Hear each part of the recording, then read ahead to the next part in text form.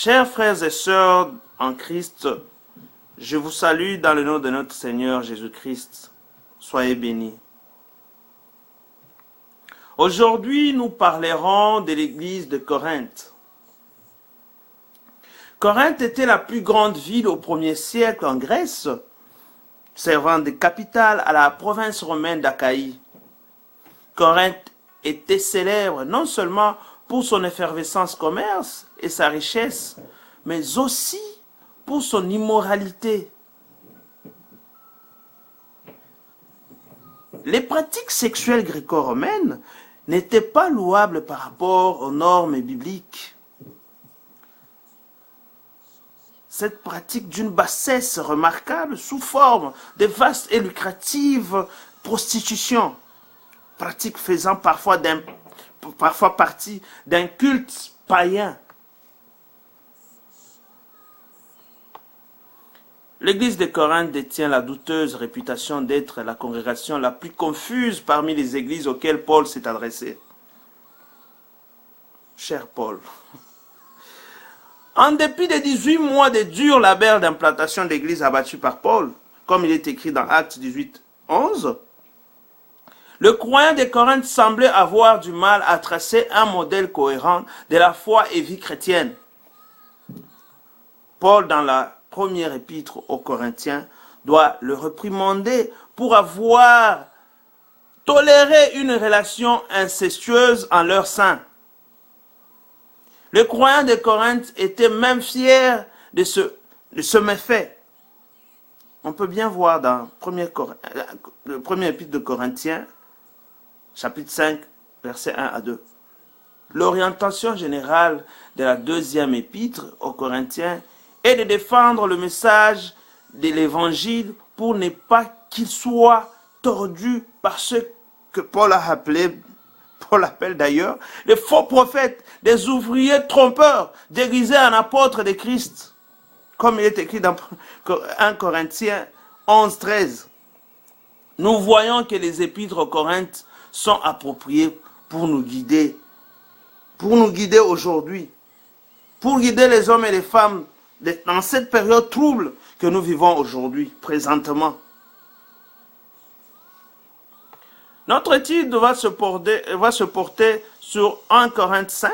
Ce passage nous parle de l'impudicité dans l'Église. L'impudicité est tout ce qui est sexuellement immoral, tel que la masturbation, l'adultère, la fornication, l'homosexualité, la bestialité, j'en passe. Tout ce que vous connaissez.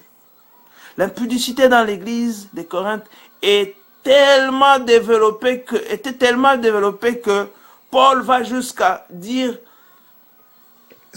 qu'une telle impudicité ne se trouve même pas dans le monde. Waouh!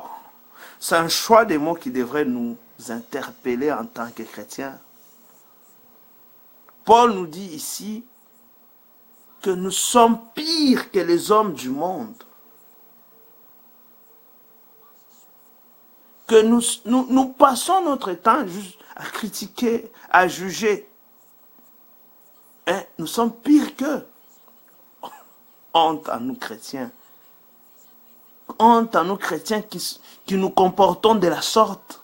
Honte à nous chrétiens qui pensons être supérieurs aux autres alors que nous ne sommes pas dignes. Nous ne sommes pas dignes d'être appelés même chrétiens.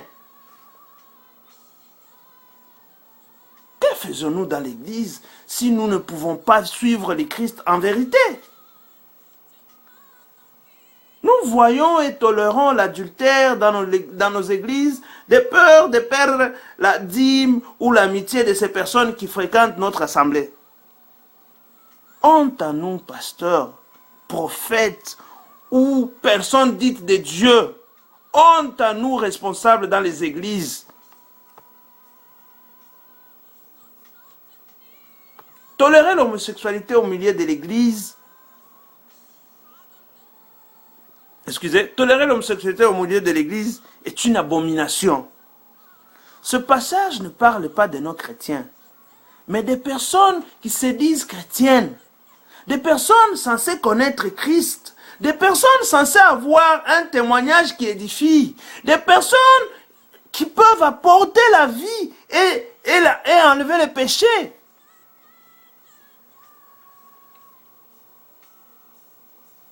Des personnes pouvant apporter un témoignage qui délivre.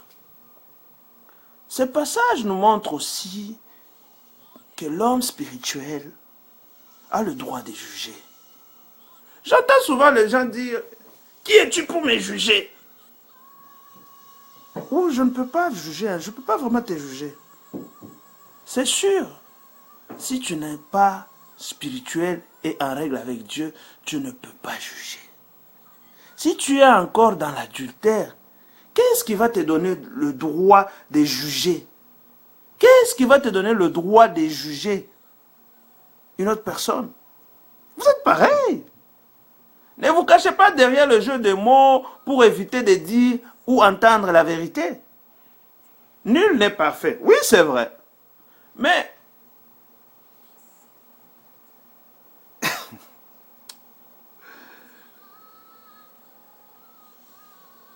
Christ fait de nous des saints. Pourquoi?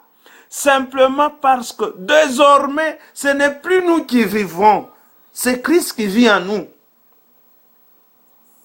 Si celui qui vit en nous est parfait et que nous sommes en parfaite communion avec lui et en lui, alors nos actes doivent refléter sa perfection. N'aie pas peur d'utiliser pleinement les attributs du Christ en toi. Peu importe ce que les hommes disent, assure-toi que toi, tu y es et tu agis en fonction du Christ en toi.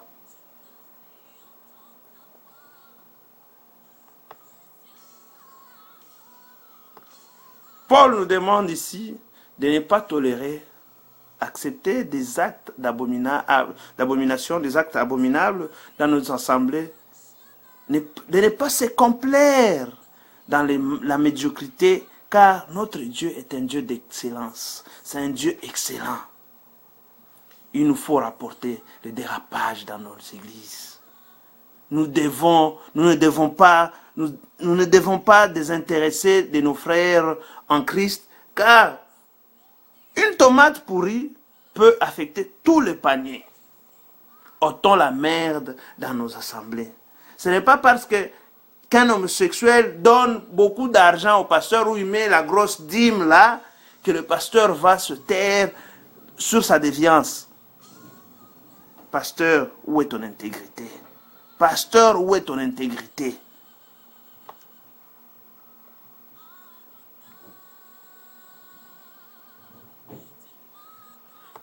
Paul nous recommande de nous séparer des personnes commettant les actes impudiques.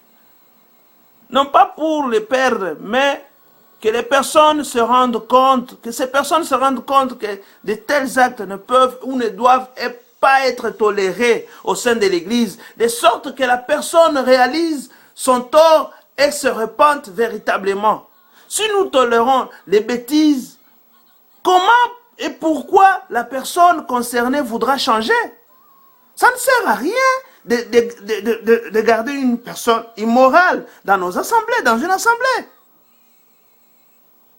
Si une personne aime véritablement Dieu, elle doit ou va aspirer au changement et non se complaire dans les délices de la chair. Une personne qui prend encore plaisir aux choses du monde n'aime pas Dieu. Tout simplement. Il faut qu'un message ferme et clair passe à une telle personne. Dans Matthieu 18, 15 à 17, il est expliqué très clairement. Être chrétien est un choix et non une obligation. Pour être docteur, on fait des études et on suit les règles de la médecine. C'est pareil aussi pour être chrétien. On ne devient pas chrétien par défi, par hasard ou par erreur. On devient chrétien par le vouloir, certes, mais on se maintient chrétien par le pouvoir. Il est important de comprendre que le chrétien peut tolérer les pécheurs, mais en aucun cas, il ne doit tolérer le péché. Si les chrétiens ne tolèrent pas le pécheur, comment pourra-t-il faire pour le faire venir à Christ? Connaître, contrairement à celui qui est dehors de l'église, celui qui est dans l'église doit comprendre qu'il a fait un choix. Tu ne dois pas prétendre être chrétien quand tu as encore en toi toutes les caractéristiques d'un païen. À celui-là, un message ferme doit être donné, doit être donné vraiment. Un message clair. Si tu choisis de marcher avec Christ, tu te dois de marcher selon le principe de Christ.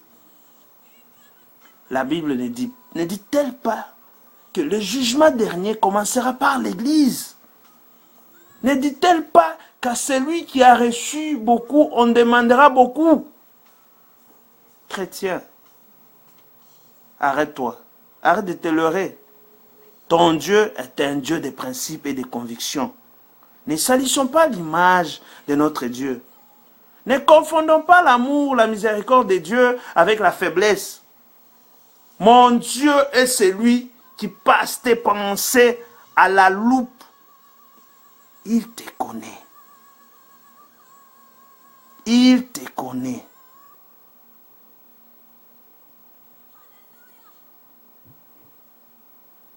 Que Dieu vous bénisse.